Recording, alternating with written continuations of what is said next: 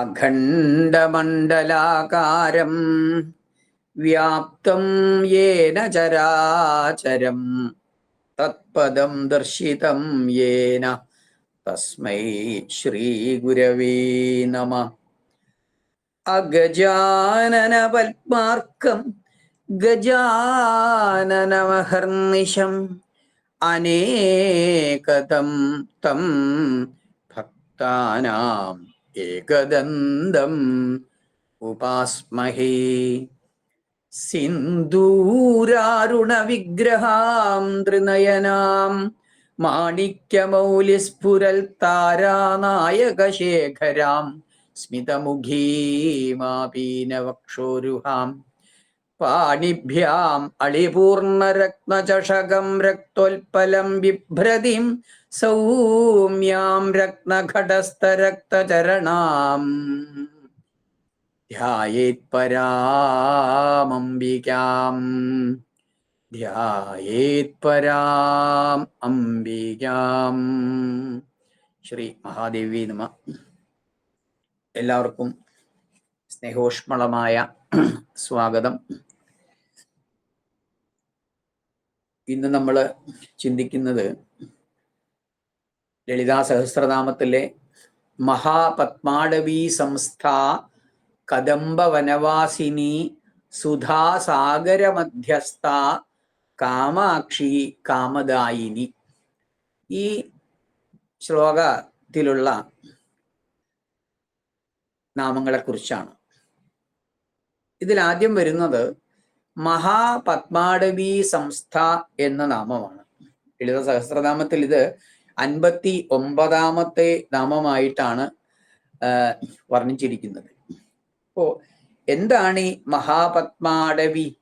അതിൽ സ്ഥിതി ചെയ്യുന്നവളാണല്ലോ ലളിത ത്രിപുരസുന്ദരി എന്നുള്ളത്. അതാണല്ലോ വാഗ്ദേവതമാര് വർണ്ണിച്ചിരിക്കുന്നത്. വളരെ മനോഹരമായിട്ടുള്ള ഒരു നാമമാണിത്. മഹാപത്മങ്ങള്, പത്മങ്ങൾ എന്ന് പറയുമ്പോൾ ഇവിടെ താമര എന്ന് പറയാം. ആ മഹാപത്മങ്ങള്, വലിയ പത്മങ്ങള് നിറഞ്ഞ അടവിയില്, അടവി എന്ന് പറയുമ്പോൾ കാട്, വനം എന്നൊക്കെ പറയാം, ആ അടവിയില് സ്ഥിതി ചെയ്യുന്നവൾ എന്നാണ് നാമത്തിന് സാമാന്യേന കൊടുക്കുന്ന അർത്ഥം.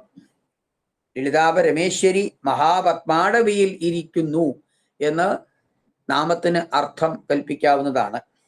ഏറ്റവും വലിയ പത്മത്തില്, മഹാപത്മത്തില്, പത്മമാകുന്ന അടവിയില് ആ സ്ഥിതി ചെയ്യുന്നവൾ. അപ്പൊ നമുക്ക് നോക്കാം എന്താണ് ഈ മഹാപത്മാടവി എന്ന്.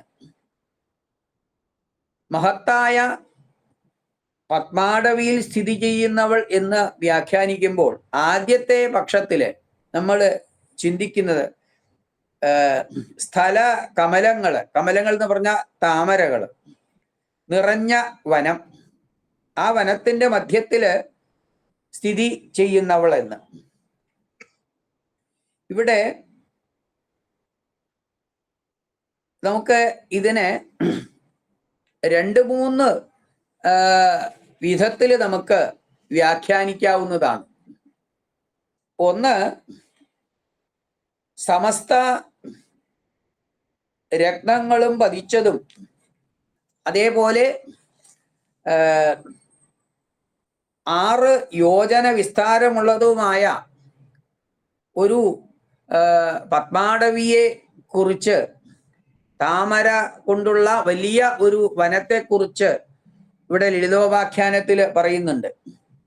അപ്പൊ ഈ പത്മാടവിയില് അതിന് ചുറ്റുമായിട്ട് വലിയ തണ്ടുകളുള്ള സ്ഥല പത്മങ്ങളുണ്ട്. അവയുടെ ആ താമരയുടെ തണ്ടുകള് 1 യോജന നീണ്ടവയും അതേപോലെ തന്നെ വളരെ മാർദ്ദവമുള്ള മുള്ളുകൾ നിറഞ്ഞതുമൊക്കെയാണ് എന്ന് ലളിതോപാഖ്യാനം ഈ നാമത്തെക്കുറിച്ച് വർണ്ണിക്കുന്നുണ്ട്.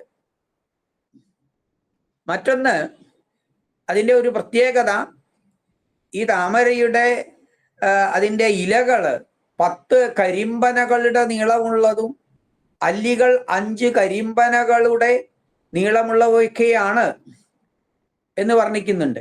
അപ്പൊ ആലോചിച്ച് നോക്കൂ, ആ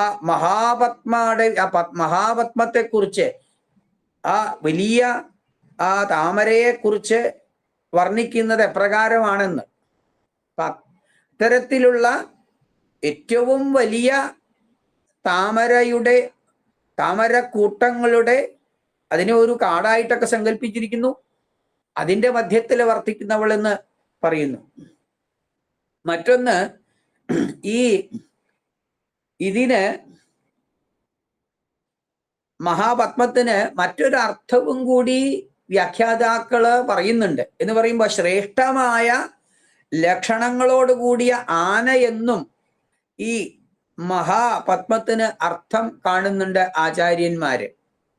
അപ്പോ അത്തരം ആനകൾ നിറഞ്ഞ കാട്ടില് വസിക്കുന്നവൾ എന്ന് പറയുന്നു. അങ്ങനെ വരുമ്പോൾ ദണ്ഡിനി എന്ന വരാഹ രൂപിണി രൂപത്തിൽ വർത്തിക്കുന്നവൾ എന്നും ഈ നാമത്തിന് അർത്ഥം കാണാവുന്നതാണ്.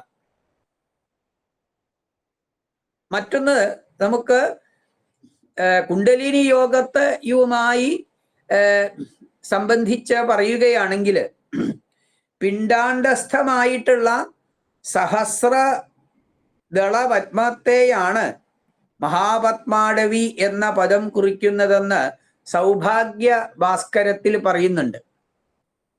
സൗഭാഗ്യ ഭാസ്കരം എന്ന് പറയുന്ന ഗ്രന്ഥം ലളിതാ സഹസ്രനാമത്തെക്കുറിച്ച് വ്യാഖ്യാനിക്കുന്നുണ്ട്.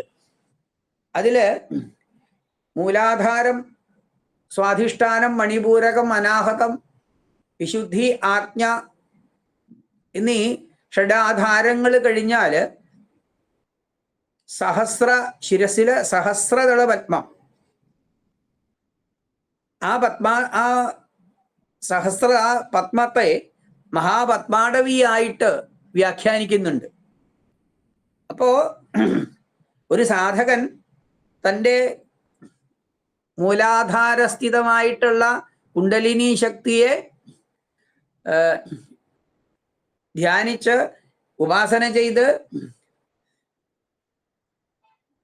ആ ശക്തിയെ ഉയർത്തി കൊണ്ടുവന്ന് സഹസ്രദള പത്മത്തിലെത്തിക്കുമ്പോൾ ആ സാധകന് അവാച്യമായ ഒരു അനുഭൂതി ലഭിക്കുന്നുണ്ട്. അതിന് കാരണം ആ മഹാപത്മാടവിയില് സഹസ്രദള പത്മത്തില് ഭഗവതി ലളിതാ ത്രിപുരസുന്ദരി ശോഭിക്കുന്നുണ്ട് എന്നാണ്. അപ്പോ സഹസ്രദള പത്മത്തിൽ സ്ഥിതി ചെയ്യുന്ന സർവ വർണ്ണോപശോഭിതയും സർവ ആയുധധരയും സർവൗദന പ്രിയയുമായ മഹാദേവി എന്നൊക്കെ നമുക്ക് ഈ നാമത്തെക്കുറിച്ച് വ്യാഖ്യാനിക്കാവുന്നതാണ്.